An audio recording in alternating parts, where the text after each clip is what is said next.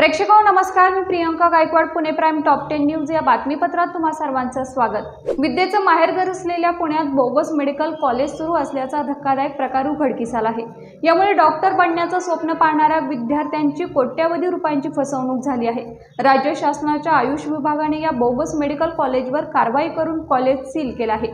ही कारवाई 6 ऑगस्टला करण्यात आली असून तसेच संचालकावर हवेली पोलीस ठाण्यात गुन्हा दाखल करण्यात आलाय. ऑरेकल इन्स्टिट्यूट असं बोगस मेडिकल कॉलेजचं नाव आहे. संस्था चालकांनी लाखो रुपये फी उकळून विद्यार्थ्यांना कोट्यवधी रुपयांचा गंडा घातल्याची बाब समोर आली आहे. या प्रकारामुळे डॉक्टर बनण्याचं स्वप्न उराशी बाळगून असलेल्या शेकडो विद्यार्थ्यांचं भवितव्य टांगणीला लागलंय. दौंड तालुक्यातील भांडगाव ग्रामपंचायत हद्दीतील टेस्टी बाईट या खाद्यपदार्थाच्या कंपनीत आज 7 ऑगस्टला सकाळी कामगार काम करत असताना कंपनीत अचानक विषारी वायू गळती झाली आहे. यामध्ये कंपनीत काम करणाऱ्या 10 ते 12 कामगारांना त्रास जाणवू लागला. त्यानंतर कामगारांना यवत आणि लोणी काळभोर येथील हॉस्पिटलमध्ये उपचारासाठी दाखल करण्यात आलं असून कामगारांची प्रकृती स्थिर असल्याची माहिती मिळते. दरम्यान भांडगाव परिसरात कंपन्यांमध्ये विषारी वायू गळतीच्या आणि आग लागण्याच्या घटना वारंवार घडत आहेत. कंपनीने कामगारांच्या सुरक्षेच्या दृष्टिकोनातून कोणत्याही उपाययोजना केल्या नाहीत का? कंपनी कामगारांच्या जीवाशी खेळत आहे का, असा सवाल नागरिकांनी केला. त्यामुळे कामगारांच्या सुरक्षेचा प्रश्न पुन्हा एकदा ऐरणीवर आलाय. पीएमबीएल बस सेवा नेहमीच कोणत्या ना कोणत्या चर्चेत असते. अशातच पीएमबीएल बसमध्ये महिलांसाठी राखीव असलेल्या जागेवर बसलेल्या व्यक्तीला प्रवासी महिलेने उठण्यास सांगितले. मात्र व्यक्ती उठण्यास तयार नव्हता. त्यानंतर महिला आणि व्यक्तीमध्ये झटापट झाली. झटापटीचे रूपांतर हाणामारीत झालं. ही घटना पुण्यातील दिघे ते भोसरी प्रवासादरम्यान 6 ऑगस्टला घडले. या प्रकरणी महिलेने भोसरी पोलीस ठाण्यात तक्रार दिली आहे. मात्र या प्रकरणाचा व्हिडिओ सध्या सोशल मीडियावर व्हायरल झाला. काही दिवसांपूर्वी ससून रुग्णालयातील डॉक्टर बेवारस रुग्णांना निर्जस्थळी सोडत असल्याचा प्रकार समोर आला होता. या प्रकरणानंतर ससूनच्या 2 डॉक्टरांना निलंबित करण्यात आलं होतं. यानंतर आता ससून रुग्णालयाच्या प्रशासनाकडून बेवारस रुग्णांना ससूनमध्ये न आणण्याचे आवाहन करण्यात आलंय. बेवारस पेशंट सोबत कोणी नसल्याने तसेच त्यांना जर चालता येत नसल्याने त्यांचे कपडे बदलण्यापासून वैयक्तिक स्वच्छतेसाठी मदत करण्याचे काम ससून रुग्णालयातील कर्मचारी करतात. त्यामुळे आम्ही किती भार सहन करायचा, असा प्रश्न ससून रुग्णालयाकडून विचारला जातोय. पुण्यामधील खराडी परिसरातील चंदननगर जकात नाका येथील वागेश्वर पार्किंग जवळ असलेल्या सोपा बनवणाऱ्या कारखान्याला भीषण आग लागली. ही घटना 7 ऑगस्टला सकाळी 7:30च्या सुमारास घडली. कारखान्यात मोठ्या प्रमाणात लाकूड, कापड, स्पंज असल्यामुळे आगीने रौद्ररूप धारण केले.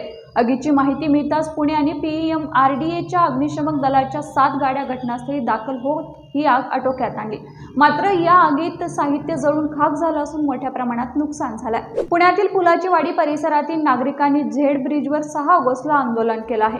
मुख्यमंत्र्यांनी पुण्यात येऊन आमच्या भागात पाहणी केली नाही, असा आरोप या नागरिकांनी केलाय.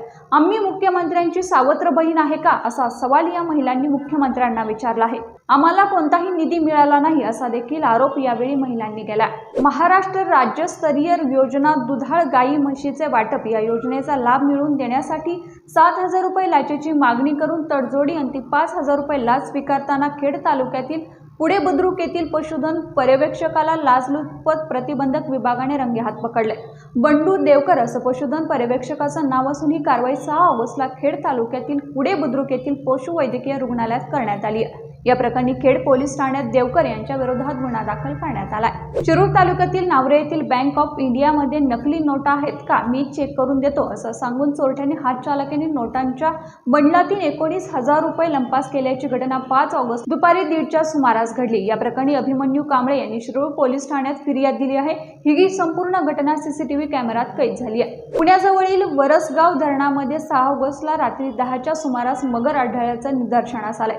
याआधी वरसगाव धरणाच्या पाणलोट क्षेत्रात मगर दिसून आली होती.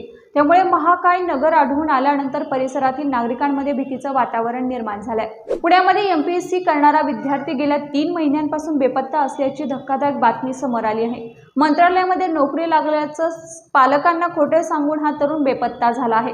बुद्धभूषण पठारे असं या 24 वर्षीय बेपत्ता झालेल्या तरुणाचं नाव आहे. पुण्यातील विश्रामबाग पोलीस ठाण्यात बुद्धभूषणच्या आई वडिलांनी तो बेपत्ता असल्याची तक्रार दाखल केली. पोलिसांनी या तरुणाचा शोध सुरू केला. पुणे प्राइम टॉप 10 न्यूज या बातमीपत्रात इथेच थांबतोय. मात्र तुम्ही पाहत राहा पुणे प्राइम न्यूज.